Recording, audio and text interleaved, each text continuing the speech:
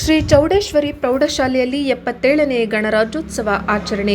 ತರೀಕೆರೆ ತಣಿಗೇಬೈಲು ಗ್ರಾಮದ ಶ್ರೀ ಚೌಡೇಶ್ವರಿ ಪ್ರೌಢಶಾಲಾ ಆವರಣದಲ್ಲಿ 77ನೇ ಗಣರಾಜ್ಯೋತ್ಸವವನ್ನು ವಿಜೃಂಭಣೆಯಿಂದ ಆಚರಿಸಲಾಯಿತು.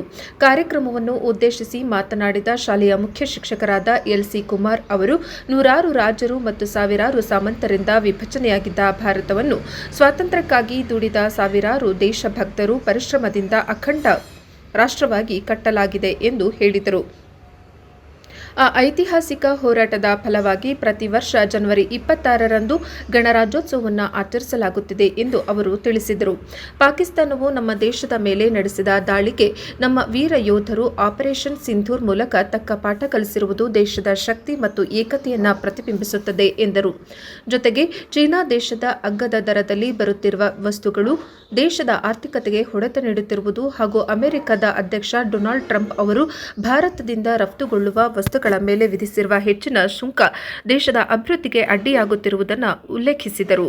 ಈ ಎಲ್ಲ ಅಡೆತಡೆಗಳನ್ನು ದಾಟಿ ಭಾರತ ಮುನ್ನಡೆಯುತ್ತಿದ್ದು, ವಿದ್ಯಾರ್ಥಿಗಳು ಉತ್ತಮ ಶಿಕ್ಷಣದ ಮೂಲಕ ದೇಶದ ಅಭಿವೃದ್ಧಿಗೆ ಕೊಡುಗೆ ನೀಡಬೇಕು ಎಂದು ಕರೆ ನೀಡಿದರು.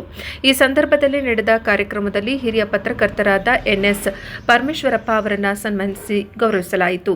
ಕಾರ್ಯಕ್ರಮದಲ್ಲಿ ನಂದಿಬಟ್ಟಲು ಗ್ರಾಮ ಪಂಚಾಯಿತಿ ಅಧ್ಯಕ್ಷರಾದ ಎನ್.ಎ. ಕೃಷ್ಣನಾಯಕ್, ತಿಗಡ ಗ್ರಾಮ ಪಂಚಾಯಿತಿ ಸದಸ್ಯರಾದ ಎನ್.ಜೆ. ರಮೇಶ್, ಮೊಹಮ್ಮದ್ ಅಕ್ಬರ್, ಶ್ರೀ ಚೌಡೇಶ್ವರಿ ಪ್ರೌಢಶಾಲೆಯ ಮುಖ್ಯ ಶಿಕ್ಷಕರಾದ ಎಲ್.ಸಿ. ಕುಮಾರ್, ಸಹ ಶಿಕ್ಷಕರು, ಹಿರಿಯ ಪ್ರಾಥಮಿಕ ಶಾಲೆಯ ಮುಖ್ಯ ಶಿಕ್ಷಕರಾದ ಜಯಣ್ಣ, 2 ಶಾಲೆಗಳ ಶಾಲಾಭಿವೃದ್ಧಿ ಸಮಿತಿಯ ಪದಾಧಿಕಾರಿಗಳು, ವಿದ್ಯಾರ್ಥಿಗಳು ಹಾಗೂ ಪೋಷಕರು ಹಾಜರಿದ್ದರು. ವರದಿ ಪ್ರದೀಪ್ ಹೆಚ್ಇ, ತರೀಕೆರೆ, ಪ್ರಜಾಪವರ್ ಟಿವಿ.